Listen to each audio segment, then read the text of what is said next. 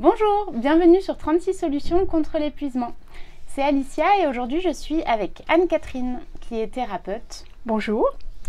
Donc ce qu'on voulait aborder aujourd'hui avec vous, c'était, donc si vous regardez cette vidéo peu de temps après qu'on l'ait filmée, en fait on est à l'approche des fêtes de fin d'année, donc Noël, Nouvel An. Et en fait on était en train de parler de l'épuisement qui était lié à ces fêtes. Ce qui s'est passé, c'est que j'en parlais avec des collègues il n'y a pas très longtemps, et puis même des personnes, des amis, et on se disait que finalement, qu'on ait ou pas des vacances, quand on approchait de cette période des fêtes, déjà on anticipait que ça allait être fatigant, et en plus de ça, généralement, après ces périodes de fêtes, on est épuisé, que ce soit physiquement ou émotionnellement, ou en tout cas, c'est assez difficile de ne pas s'épuiser.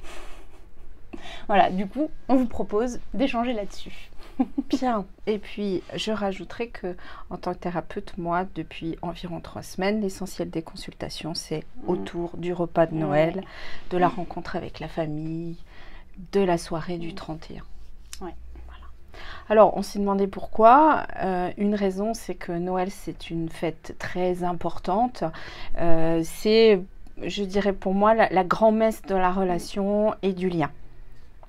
Dans le côté positif, c'est l'amour, le partage, l'échange, les cadeaux, mais ça met aussi en lumière tous les aspects positifs de ce que je viens de dire, c'est-à-dire tout ce qui est autour des études, autour des manques, du rejet, de l'abandon, parfois du manque d'argent quand il s'agit de faire des cadeaux. Et puis ajouter à cela, il y a les réunions de famille, c'est-à-dire que le groupe, la famille va se reformer, donc les conflits et toutes les émotions qui vont avec et qui conduisent à l'épuisement émotionnel. Ajouter encore à ça la pression sociétale, c'est-à-dire qu'on voit des publicités en permanence avec des gens très très heureux qui se font des super beaux cadeaux, qui font des très très chouettes fêtes avec des Noëls avec le grand-père, les petits-enfants, la grand-mère, etc. Tout ça est très agréable et ça ne va pas forcément correspondre à ce que l'on va voir chez nous. Donc, effectivement, il y a des conséquences à tous les efforts que l'on va faire justement pour lutter contre tout ce que je viens de décrire et qui n'est pas très, très, très, très chouette. Alors, ce qu'on a pu échanger, toi et moi, c'est que il y a derrière des enjeux importants. Et c'est comment on va faire pour réussir cette fête. Comment on va faire pour passer des bons moments avec la famille. Comment on va faire pour satisfaire. Alors, si on veut se fatiguer, on peut tenter de faire un dîner parfait. Faire des cadeaux parfaits. Faire des fêtes parfaites. Et là, on va arriver vraiment fatigué le 25 décembre et le 3 janvier aussi, parce qu'il faut compter qu'il y a le 31. Il faut remettre ça. Avec autant d'exigences, autant de volonté, autant de pression, à nouveau une seconde fois. Voilà.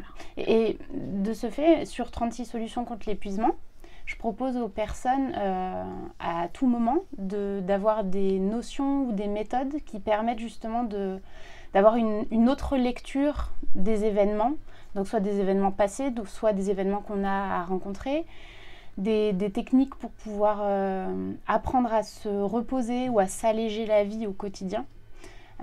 Et je me demandais, toi, voilà, est-ce que tu penses que ça, est-ce qu'il peut y avoir là-dedans des choses qui puissent intéresser, qui puissent faire en sorte que ça allège un petit peu Il y a un mot que tu as dit et qui est fondamental, qui est lâcher. Lâcher prise. Lâcher prise. Lâcher prise, parce que derrière tout ça, il y a une croyance qui est que faire plaisir, par exemple, est une condition d'amour. Si le cadeau que je fais ne plaît pas, est-ce que je vais continuer à être appréciée? Si mon chapon n'est pas cuit et que la belle-mère fait la tête au bout de la table, qu'est-ce qui peut se passer? Est-ce que je suis une bonne personne? Est-ce que je suis une bonne amie? Est-ce que je suis une bonne maman? Comment vont être mes cadeaux? Et il y a vraiment, enfin, comme tu dis, tout cela à lâcher. Et à se poser la question, au fond, finalement, cette fête, c'est quoi le sens? Qu'est-ce qui est important?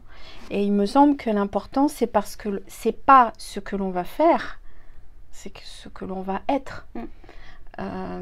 Et comment on aborde les choses par rapport à ça. Donc, lâcher toutes ces croyances sur je suis obligée, il faut...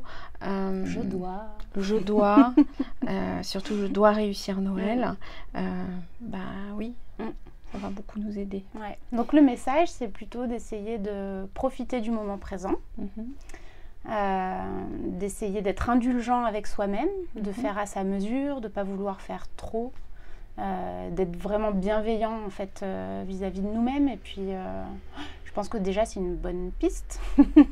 Et lâcher prise, je crois que c'est aussi le fin mot pour ces fêtes de fin d'année. Lâcher prise. Voilà. Bon, j'espère que cette vidéo vous a plu. Si vous n'êtes pas encore abonné, n'hésitez pas à le faire et à partager la vidéo si vous pensez que ça peut intéresser d'autres personnes. Et Anne-Catherine, je te remercie pour ce petit moment de partage. Et, merci à toi. Voilà, on se dit peut-être à bientôt. Voilà, au revoir. Au revoir.